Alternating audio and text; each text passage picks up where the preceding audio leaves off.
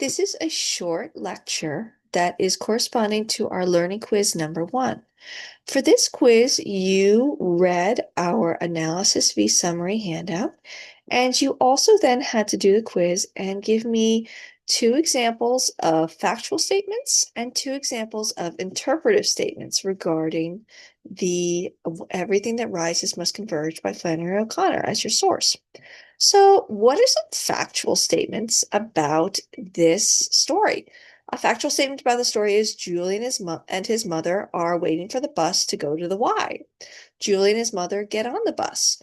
When they are on the bus, Julian changes seats to go sit next to the black man on the bus. These are all factual statements. They are statements that we can all look at as people who've read the story and go, yep, sure happened right there on this page. It's a basic statement of fact. It doesn't push any sort of interpretation forward. It can be used to, agree on things that happened. It can be used to support an argument later. But these are, when we're talking about factual statements, we're not talking about anything that's an interpretation. We're talking about literally, if I say, Julian's mother was struck by Carver's mother's handbag, at the end of the story, we all say, yes, that happened. Carver's mom hit Julian's mom with her handbag. We can all look at it and agree. This is a basic fact of the story. It needs no support. We all saw it happen. What interpretive statements are different. Interpretive statements are, first of all, much more interesting statements. They also are kind of the foundations of an argument. So if I'm saying Julian is racist, this is an interpretive statement. This should be followed up potentially with a because statement of Julian is racist because he, is willing to use black people as props in his, fight against his mother. He's willing to use black people in order to make himself look better, feel better, hurt his mother, all of these things that we are talking about. That's an interpretive statement.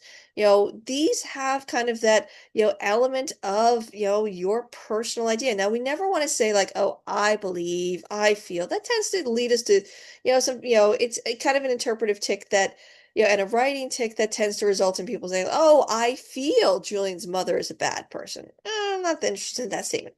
Julian's mother is a bad person. That's an interpretive statement you would need to support with interpretive ideas.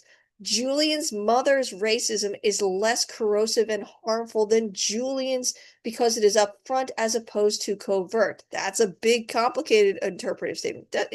Your interpretive statement doesn't have to be especially complicated, but it does have to be something where if I say, for example, like, oh, Julian is, really great as a person and he's trying to help others around him. I'd say, like, okay, that's interpretive.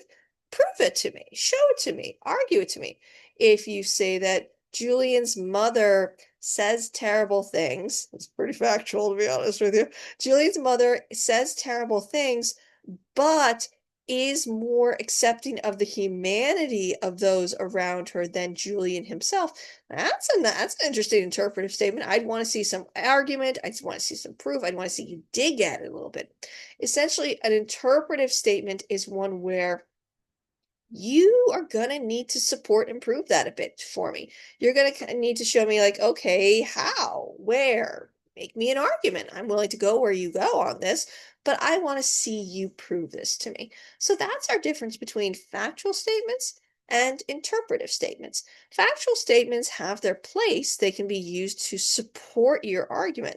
If I'm trying to argue, and say that, oh, well, Julian is Julie's behavior is racist and wrong. Well, I'm probably going to be using a lot of references to factual statements as my support to help make this argument. I can't just say like, oh, Julian's behavior is racist and wrong. Ah, problem solved. Everything's fine. We can all go home. No, this is the starting point of your argument. Your interpretive statement is generally the start of an argument. It is not the end of that argument. You will need to support, argue, and prove for me. So for those of you who are working on your learning quiz, remember that you want your factual statements are facts. Your interpretive statements is kind of something a little bit more complex. And I want you to be comfortable with the difference between those things.